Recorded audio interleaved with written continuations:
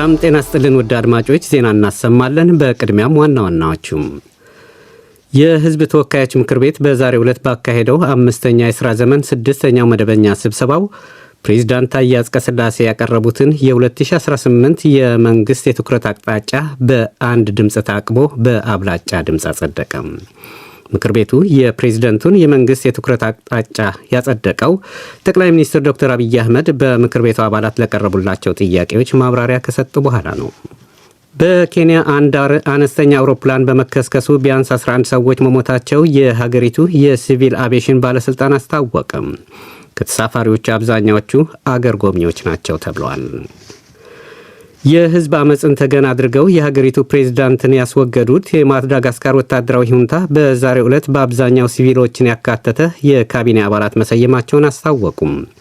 ወታደራዊ ሁንታው በህዝብ የተመረጠ መንግስት እስከሚቋቋም ለሚቀጥሉት 2 ዓመታት በስልጣን ላይ እንደሚቆይም ገልጿል። እስራኤል በምዕራባዊ የዮርዳኖስ ዳርቻ 3 ፍልስጤማውያን መግደሏ ተሰማም። የተገደሉት ፍልስጤማውያን የአሸባሪ ሴል አባላት ናቸው ብላለች።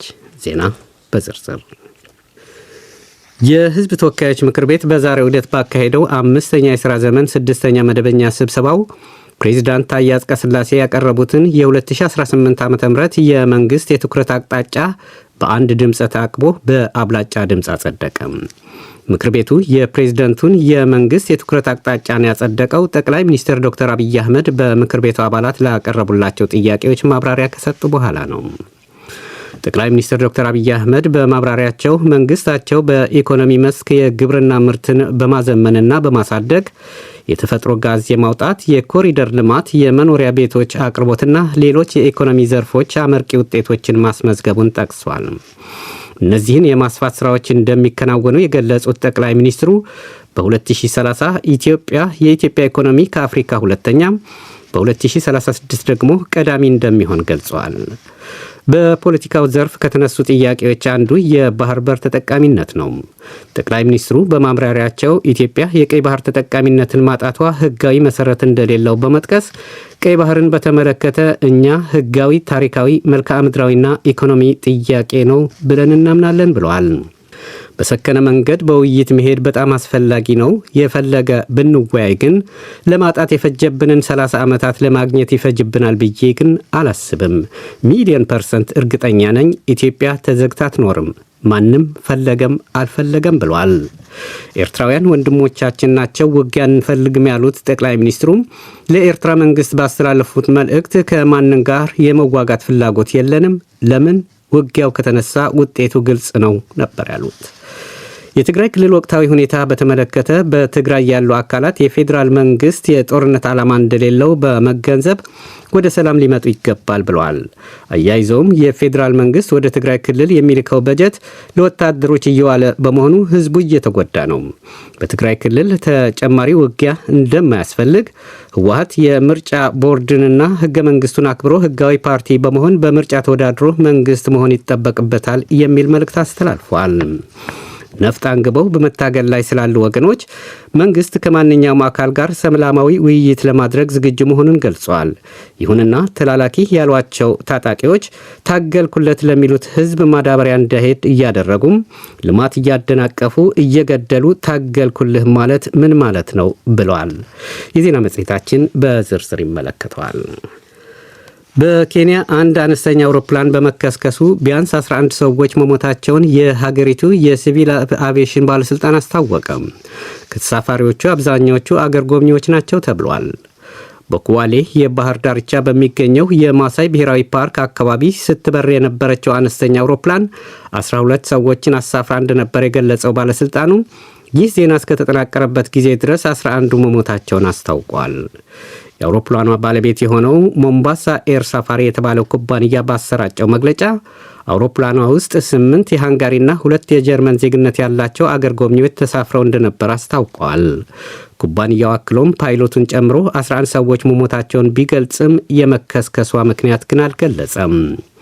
የኩዋሌ ዞን ፖሊስ ኮሚሽነር ስቲፈን ኦሪንድ በበኩላቸው በአካባቢው ከባድ ዝናብ እንደነበረ በመጥቀስ አደጋው ከዚህ ጋር የተያያዘ ሊሆን እንደሚችል ለአሶሺየትድ ፕሬስ ገልጿል።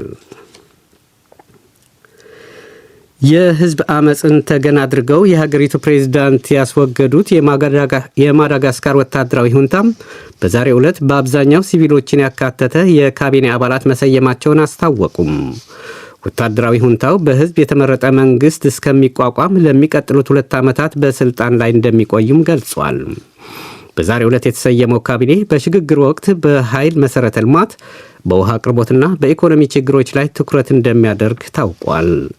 በማህበራዊ መገናኛ ብዙሃን በሚመራ ህዝባዊ እምቢታ ከአንድ ወር በፊት የተወገዱት የሀገሪቱ ፕሬዝዳንት አንድሬ ራጆሊና ከሀገር ከኮበለሉ በኋላ ኮሎኔል ሚካኤል ራንድሪና እሳቸውን ተክተው ሀገሪቱን በጊዜያዊነት እያስተዳደሩ ነው።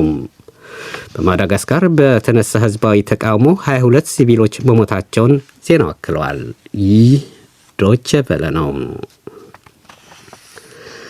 እስራኤል በምዕራባዊ የዮርዳኖስ ዳርቻ 3 ፍልስጤማውያን መግደሏ ተሰማም። በእስራኤል የተገደሉ ፍልስጤማውያን የአሸባሪ ሴል አባላት ናቸው ብላለች። እስራኤል የአሸባሪ ሴል ያለቻቸው አባላት በተደበቁበት ዋሻ የተገደሉት በሀገሪቱ ጦርና ፖሊስ የጋራ ወታደራዊ ዘመቻ መሆኑንም አስታውቃለች። በምዕራባዊ የዮርዳኖስ ወንዝ ዳርቻ ጀኒን አካባቢ በምትገኘው ካፋር ቋድ አካባቢ የተገደሉት ፍልስጤማውያን በጀኒን የስደተኞች መጠለያ ከሚንቀሳቀሰው አሸባሪ ካለችው ድርጅት ጋር ግንኙነት ያላቸውና የሽብር ድርጊት ለመፈጸም ሲያሰሩ እንደነበር ገልጻለች። በተወሰደው ወታደራዊ እርምጃ የሽብር ተግባራቸው መክሸፉንም ነው የእስራኤል ፖሊስ የገለጸው። በራማላህ የሚገኘው የፍልስጤም የጤና ሚኒስቴር በበኩሉ የተገደሉ ፍልስጤማውያን ስም ዝርዝር ይፋ አድርጓል።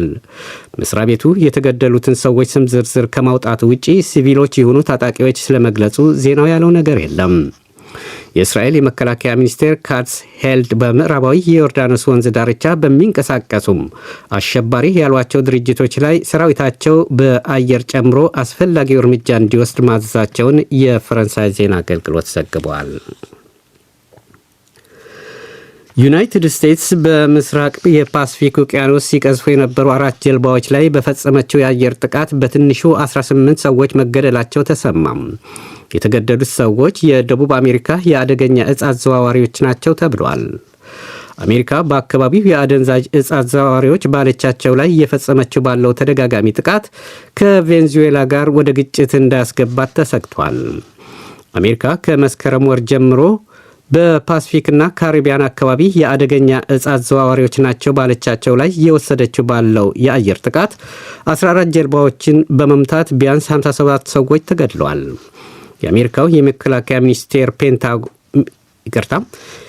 የመከላከያ ሚኒስትር ፒተር ሄግሴት በኤክስ ገጻቸው ዛሬ እንዳሰፈሩት ሀገራቸው በፈጸመችው ጥቃት 18 የእጽ አዘዋዋሪዎች መግደላቸውን አረጋግጠዋል። የሀገሪቱ መከላከያ ሚኒስቴር ፔንታጎን በበኩሉ በ4ቱ ጀልባዎች የተፈጸመውን ጥቃት የሚያመላክት ተንቀሳቃሽ ምስል ለመገናኛ ብዙሃን አጋርተዋል። በጀልባዎቹ ተሳፍረው ከነበሩ ሰዎች አንዱ በሕይወት መትረፉን የገለጸው አዣንስ ፍራንስ ፕረስ በቁጥጥር ስር ይዋል አይዋል ግን የታወቀ ነገር የለም ብሏል። ዩናይትድ ስቴትስ በአደገኛ እጽ አዘዋዋሪዎች ሰበብ በአካባቢው የምታደርገው እንቅስቃሴ ያልተመቻቸው የቬንዙዌላ ፕሬዚዳንት ኒኮላስ ማዱሮ አሜሪካ በአካባቢው ውጥረትን በማንገስ ጦርነት እያዋለደች ነው ሲሉ መክሰሳቸውን ዜናው አክለዋል። ሩሲያ ከዩክሬን ጋር እያካሄደችው ባለው ውጊያ የውጭ ዜጎች እየተሳተፉ እንደሆነ ክሬምሊን አስታወቀም። ክሬምሊን እነዚህ በስም ያልጠቀሳቸው የውጭ ቋንቋ ተናጋሪዎች እንደመስሳቸዋለን ሲልም ዝቷል። የክሬምሊን ቃል አቀባይ ዲሚትሪ ፔስኮቭ ይህን የገለጹት ፈረንሳይ 2000 የሚሆን ጦሯን ወደ ዩክሬን ለመላክ እየተዘጋጀች መሆኗን ፎሬን ኢንቴሊጀንስ የተባለው ድርጅት ያቀረበውን ዘገባ አስመልክቶ ከጋዜጠኞች ለቀረበላቸው ጥያቄ ሲመልሱ ነው። ፔስኮቭ እንዳሉት በየጦር ግንባሩ የውጭ ቋንቋ የሚናገሩ ወታደሮች እንዳሉ እየሰማን ነው። ይሁንና እነዚህ ተዋጊዎች እንደመስሳቸዋለን ሲሉ ተደምጠዋል። የውጭ ያሏቸው ተዋጊዎች ግን የየት ሀገር ዜጎች እንደሆኑ ከመግለጽ ተቆጥበዋል። ፔስኮቭ አያይዘውም ሀገራቸው ከዩክሬን ጋር የተጀመረውን የሰላም ስምምነት ሂደት ኪየቭን በእንቅፋትነት ከሷል። የሰላም ሂደቱ ወደፊት እንዳይሄድ ዩክሬን ሩሲያ ላቀረበቻቸው ጥያቄዎች ምላሽ አልሰጠችም በማለት ነው የጠቀሱት።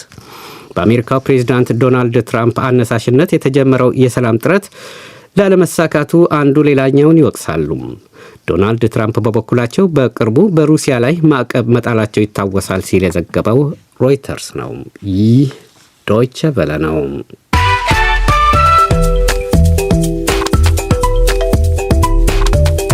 አድማጮች ዜናውን ለማጠቃለል ዋና ዋናዎችን አንድ በድጋሚ ላስታውሳችሁ። የህዝብ ተወካዮች ምክር ቤት በዛሬው ዕለት ባካሄደው አምስተኛ የሥራ ዘመን ስድስተኛ መደበኛ ስብሰባው ፕሬዝዳንት ታዬ አጽቀሥላሴ ያቀረቡትን የ2018 ዓ.ም የመንግሥት የትኩረት አቅጣጫ በአንድ ድምፅ ታቅቦ በአብላጫ ድምፅ አጸደቀም። በኬንያ አንድ አነስተኛ አውሮፕላን በመከስከሱ ቢያንስ 11 ሰዎች መሞታቸውን የሀገሪቱ የሲቪል አቪዬሽን ባለሥልጣን አስታወቀም። የህዝብ አመፅ ተገን አድርገው የሀገሪቱ ፕሬዝዳንት ያስወገዱት የማዳጋስካር ወታደራዊ ሁንታ በዛሬው ዕለት በአብዛኛው ሲቪሎችን ያካተተ የካቢኔ አባላት መሰየማቸውን አስታወቁም። እስራኤል በምዕራባዊ የዮርዳኖስ ዳርቻ 3 ፍልስጤማውያን መግደሏ ተሰማም። ዜናው